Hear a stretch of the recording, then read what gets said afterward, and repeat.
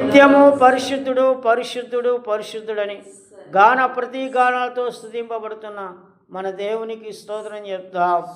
శ్రీరామ్ శ్రీరామ్ శ్రీరామ్ శ్రీరామ్ శ్రీరామ్ శ్రీరామ్ శ్రీరామ్ శ్రీరామ్ శ్రీరామ్ స్తుతి స్తుతి స్తుతి స్తుతి స్తుతి స్తుతి స్తుతి స్తుతి రాజులకు రాజు ప్రభులకు ప్రభు అయిన మన యేసుకు స్తోత్రం చెప్తాం.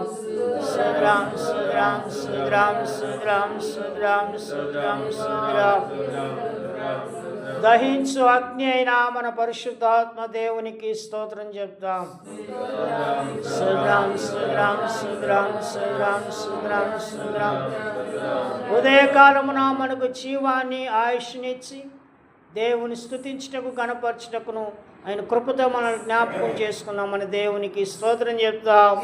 శ్రీరామ్ శ్రీరామ్ శ్రీరామ్ శ్రీరామ్ శ్రీరామ్ ఉదయకాలమున దైవజనుల యొక్కయు ఆయన సేవకుల యొక్క ఆయన సేవకురాల యొక్క దేవుని యొక్క సంఘస్థుల యొక్క ఇక్కడ చేరిన మనందరి పాపములను దోషములను అపరాధములను యేసయ్య పరిశుద్ధమైన రక్తంలో కడిగి శుద్ధి చేసి పవిత్రపరిచినట్టుగా మన యేసయ్యకు స్తోత్రం చెప్తాం.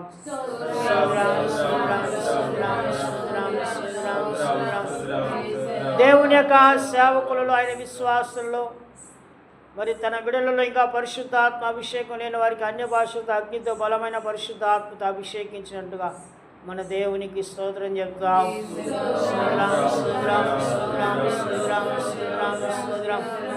తన సేవకులలో తన విశ్వాసులలో బలమైన ప్రార్థనాత్మతో నింపి దేవుని సన్నిధిలో మోకరింపచేసి ఉచ్చరింపశక్యని కాని మూలుగులతో ప్రార్థించినట్లుగా దేవునికి స్తోత్రం చెప్తాం.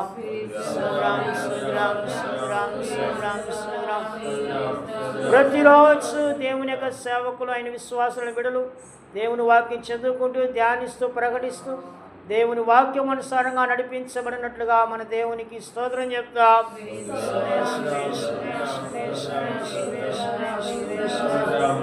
సంఘాల క్షేమాభివృద్ధికై కృపావరాలు క్రీచినట్టుగా మన దేవునికి స్తోత్రం చెప్తాం.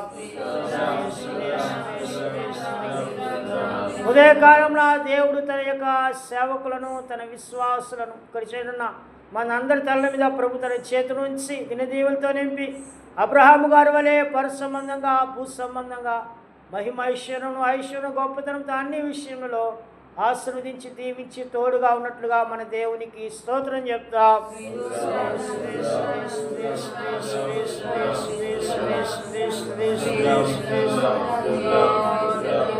ఉదయకాలమున తన సేవకుల తన విశ్వాసులలో తన బిడ్డలో ఉన్న అనారోగ్యాలు వ్యాధులు తొలగించి ప్రభు వారిని గాయపడిన హస్తంతో ముట్టి స్వస్థపరిచి మంచి ఆరోగ్యమును బలమును శక్తిని అనుగ్రహించినట్లుగా మన ప్రభుకు స్తోత్రం చెప్తాం.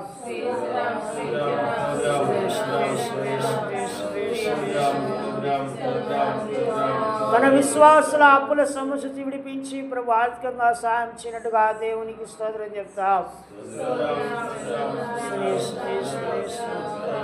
తన విశ్వాసుల చేతి పనులను ఉద్యోగములను వ్యవసాయం వ్యాపారం పశువులను దీవించి ఆశ్రయించి లేని వారికి సహాయం చేయనట్లుగా మన దేవునికి స్తోత్రం చెప్తాం.